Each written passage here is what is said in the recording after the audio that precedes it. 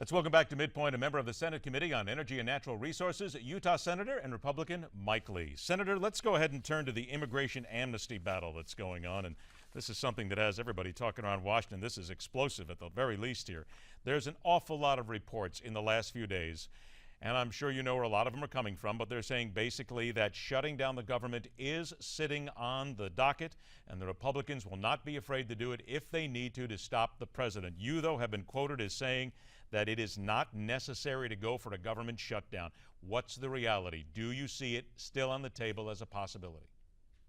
Well, look, for whatever reason, the president and his people want to push this idea that somehow a shutdown is on the horizon, that somehow there are Republicans in Congress who want that.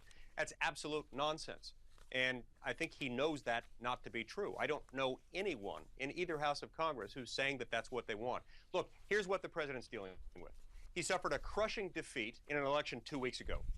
In that election, 74% of those who voted strongly opposed the idea of the president using his executive authority to grant amnesty unilaterally. So even including those who want amnesty, who like that policy, believe that it would be bad for the country if the president acted alone. Because as the president himself said in 2011 when discussing amnesty, he acknowledged, look, I don't have the authority to do this on my own. I can't do this alone. That's not how our constitutional system works. And so it's time for the president to do the right thing. And in order to encourage him to do the right thing, I think we might need some Democrats to come along with us. It's time for some Democrats in the Senate to join with Republicans. And a lot of these Democrats are tired of having to protect the president over and over and over again as he tramples on the Constitution. And as they protect him, they often do so to their own political detriment. So, look, what exactly happens is going to depend in part on what the president decides to do. This discussion of an executive order to grant amnesty is an act of defiance by the president. It's a desperate attempt by the president to remain relevant after he suffered a pretty significant defeat in the midterm elections. Can you then say, and again, and I know you haven't talked to everybody, it's a big group here that you have to discuss, but can you say, as far as you know then, as shutting down the government is not on the table at this time, period? It's not even necessary, and I think that's one of the reasons why you don't see anyone calling for it.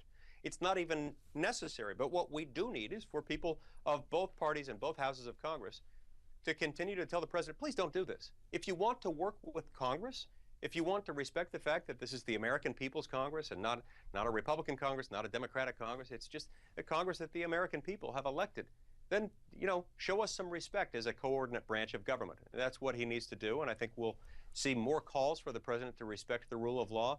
I certainly am going to do everything I can to protect the rule of law.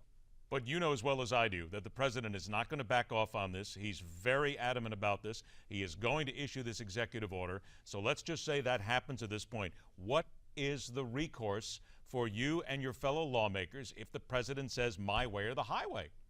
Okay, look, you're talking about an infinite number of possibilities there. We still don't know what the executive order looks like, how far it extends.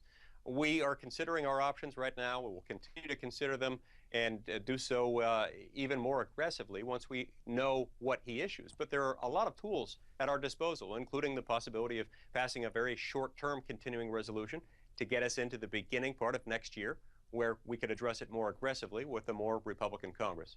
Impeachment and lawsuits, are those also on the table still? When you say still, it implies that they ever were. I don't know anyone who thinks that impeachment is a realistic possibility.